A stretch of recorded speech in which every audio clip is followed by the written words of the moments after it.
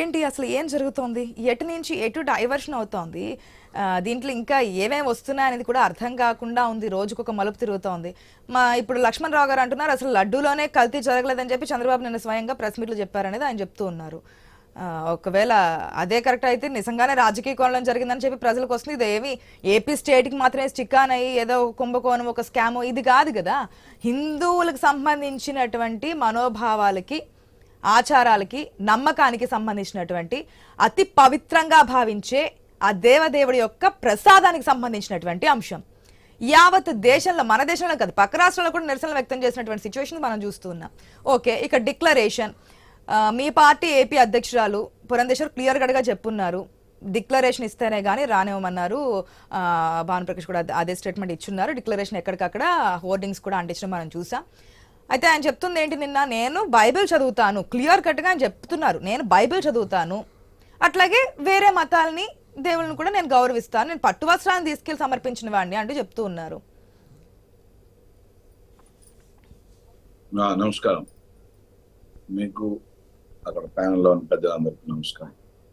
So ఇప్పుడు దీని మీద ఇంత పెద్ద ఇష్యూ మీద ప్రపంచం అంతా ఏంటి జరిగింది, ఏంటి నిజమా, ఎంతవరకు ఇది కల్తీ జరిగింది, ఏంది అని ఒక ప్రపంచంలో ఉన్నటువంటి అందరూ కూడా దీని మీద ఆసక్తిగా చూస్తూ ఉన్నారు.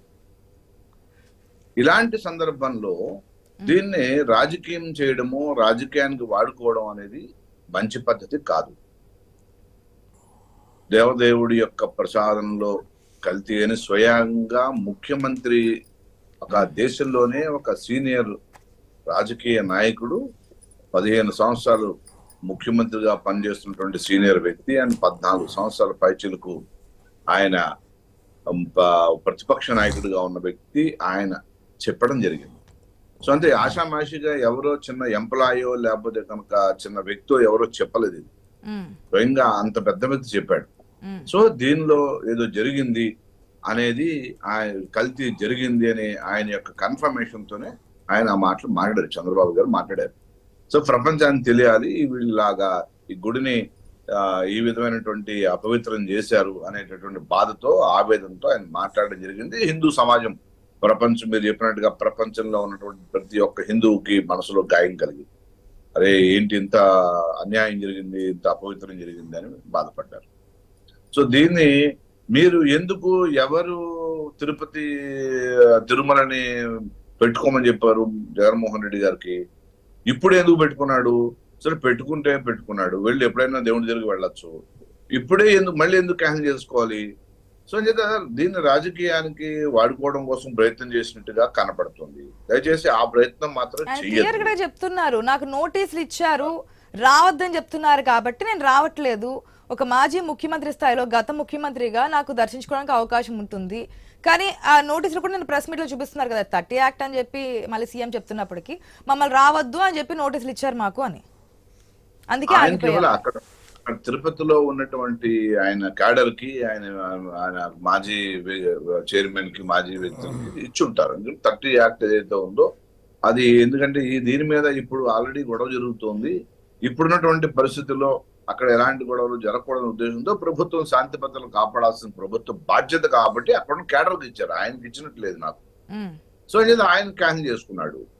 సో ఇప్పుడు నేనేమంటానంటే, మరొక స్టేట్మెంట్ కూడా, ఒక ట్విస్ట్ ఏంటంటే, నిన్న భూమన కరుణాకర్ రెడ్డి మాట్లాడుతూ ఇప్పుడు లక్ష్మణరావు గారు కూడా మాట్లాడున్నారు, ఆయన మీద భౌతిక దాడి చేయడానికి ప్లాన్ చేశారు, అందుకనే మాకు అనుమానం వచ్చి ఆయన చెప్పారు, మాకున్నటువంటి నిఘా వ్యవస్థ ప్రకారం ఇన్ఫర్మేషన్ వచ్చింది అందుకనే చెప్పని చెప్పి నిన్న భూమన కరుణాకర్ రెడ్డి కూడా ఇదే స్టేట్మెంట్ చెప్పారు, ఆయన భౌతిక దాడి చేసే ఆస్కారం ఉంది, కుట్ర ప్లాన్ చేశారని.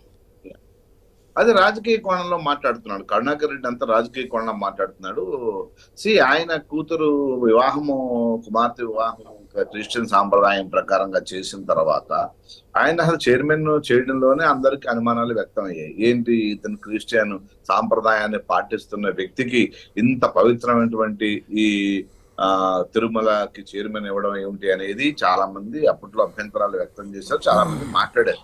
గతంలో కూడా ఈయన చైర్మన్ అయినప్పుడు కూడా అందరూ ఇదే మాట్లాడారు. అయితే ఏంటంటే పాలకులను ఎదిరించి మనలాంటి వాళ్ళు కింద మాట్లాడుకోవడం తప్పించి ఎవరు మనం రియాక్ట్ కాలేము, ఏం చేయలేము కూడా. సో నేను ఏమంటానంటే దీని మీద ఈ దేశంలో సెక్యులరిజం ఎలా ఉందా, ముఖ్యమంత్రి చాలా అంటే మాజీ ముఖ్యమంత్రి నిన్న మాట్లాడిన మాటలు తీవ్రంగా ఖండించాల్సిన విషయం అందరం కూడా. ఎందుకంటే ఈ దేశంలో దేశం సెక్యులరిజము ఫస్ట్ నుంచి సెక్యులరిజం లేదండి ఈ దేశంలో. ఇందిరాగాంధీ గారు తర్వాత అమెండ్మెంట్ చేసి సెక్యులరిజం పదాన్ని చేర్చారు. అయితే ఇక్కడ సెక్యులరిజం వచ్చిన భంగం ఏంటంటే దీంట్లో ఎవరన్నా వద్దన్నావా? ఎవరిని వద్దనలా. ఎవరైనా గుడికి వెళ్ళొచ్చు ఈ దేశంలో. మనం అంత స్వేచ్ఛగా అంత ఏమంటారు దాన్ని మోర్ సెక్యులర్ పదం చేర్చకముందే హిందూ సెక్యులర్. ఎవరైనా మన గుడికి రావచ్చు, ఎవరు వచ్చినా శుభ్రంగా ప్రసాదం పెడతాం, తీసుకెళ్ళి చెడుకోపం పెడతాం, ప్రసాదం పెడతాం, ఎలాంటి ఇబ్బంది ఎవరిని పెట్టలేదు. ఎవరు రావద్దని ఎవరిని అనలా. పూర్వం ఎప్పుడు మనం ఎవరు 200-300 ఏళ్ల క్రితం ఏమన్నా ఉంటే ఉన్నాయేమో కానీ దాని తర్వాత అప్పుడు అంత ముందు లేవు. మళ్ళీ కానీ పద్ధతులు పాటించమని, ఆచారాలను గౌరవించమని. ఎస్, అయ్యప్ప మాల వేసుకుంటే నల్ల బట్టలు వేసుకుని 40 రోజులు చేసి వెళ్ళమని చెప్పారు. నేను ఎలానయ్యా అంటే మామూలుగా కూడా పుట్టినరోజు నాడు 2 సార్లు తలుపు చేస్తారు అక్కడ. మామూలుగా వెళ్ళి నేను అలా వెళ్ళలేను అనుకుంటే ఇలా వెళ్ళు. ఒక సాంప్రదాయం ఉంది. ఇప్పుడు పంచి కట్టుకుని వెళ్ళమన్నారు, ప్యాంటు షర్టు నిక్కర్ వేసుకునేను లేకపోతే కనుక గోచి పెట్టుకుని వెళ్తాంటే కుదరదండి. సో నీ ఒక పద్ధతి సాంప్రదాయము ఈ ప్రపంచంలో ఒక మన హిందూ దేవాలయాల మీద. ఓన్లీ హిందూ అనే కాదండి, కొన్ని చర్చెస్ కూడా కొన్ని నిబంధనలు ఉన్నాయి, మసీదులు కొన్ని ఆడవాళ్ళు వెళ్ళనివ్వరు. వాళ్ళ రూల్స్ ప్రకారం, వాళ్ళ ఆచారాల ప్రకారం వాళ్ళు వెళ్తూ ఉంటారు, వాళ్ళు చేసుకుంటూ ఉంటారు. దాని తప్పేం లేదు కదా. ఎవరి ఆచార వ్యవహారం వాళ్ళది. మన ఆచారం ఇది, నువ్వు పాటించంటే వెళ్ళు, లేకపోతే లేదు. గతంలో వెళ్ళానంటే ఏమో అప్పుడు అధికారుల డిక్లరేషన్ ఉందా, దాంట్లో ఇచ్చింది లేదా, ఉంటే ఒకసారి ఇస్తే సరిపోతుందా, చాలు వెళ్ళు. నువ్వు నేను ఎవరొద్దన్నారు? మళ్ళీ అడిగితే చెప్పు. అక్కడ ఈవో పని అండి, మన పని కూడా కాదు.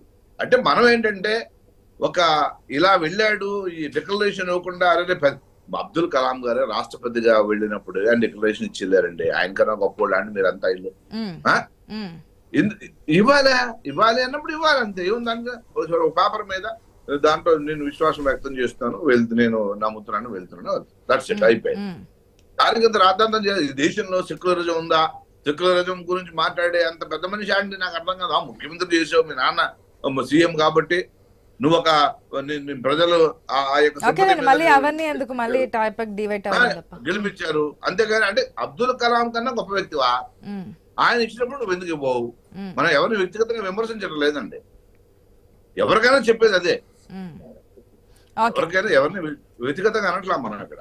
సో ఒక సంప్రదాయం మళ్ళీ ఆయన పర్సనల్ గా తండ్రి అయ్యాడు కాబట్టి ఎట్లా అంటే మళ్ళీ చంద్రబాబు నాయుడు ఎన్టీఆర్ అంటారు, లక్ష్మణ్ రావు గారు వెంటనే అబ్దుల్ కలాం కన్నా గొప్ప వ్యక్తి ఎవరు కాదు, అవునా కదా చెప్పండి. సో ఆయన ఇచ్చినప్పుడు అన్ని మతస్థుడుగా ఆయన ఇచ్చినప్పుడు ఎవరైనా ఇవ్వాల్సిందే. XYZ ఎవరైనా ఇప్పుడు ఎవరిని మన గుడికి రావద్దని చెప్పలేదండి, ఎవరు తిరుమలకి వెళ్ళొద్దని చెప్పట్లేదు. మనం వెళ్ళండి, దర్శనం చేసుకోండి, డిక్లరేషన్ ఇవ్వండి, అన్ని మతస్థులు ఎవరైనా సరే అనేది మన అర్జీ, అంతే. డిక్లరేషన్ కోసమే ఆగారా లేదంటే ఇచ్చిన నోటీసులు అని చెప్పి చూపిస్తున్నారు, భౌతిక దాడులు అని చెప్పి ఆ కారణంగా ఆగారు అనుకుంటున్నారు? ఒక్క నిమిషం రావు గారు, రాజకీయం చేయాలని ఆగారు అంతే. కేవలం రాజకీయ పొలిటికల్ చేయాలి, లబ్ధి పొందాలి అనుకున్నాడు అంతే. ఆ పార్టీ అనుకుంది, ఆయన అనుకున్నాడు. ఒక్క నిమిషం అండి. ఎస్ మస్తాన్ రావు గారు, గుడ్ మార్నింగ్ అండి. గుడ్ మార్నింగ్ మస్తాన్ రావు గారు. గత 10 రోజుల నుంచి అనుకుంటా దాదాపుగా అంశం చూస్తున్నాం.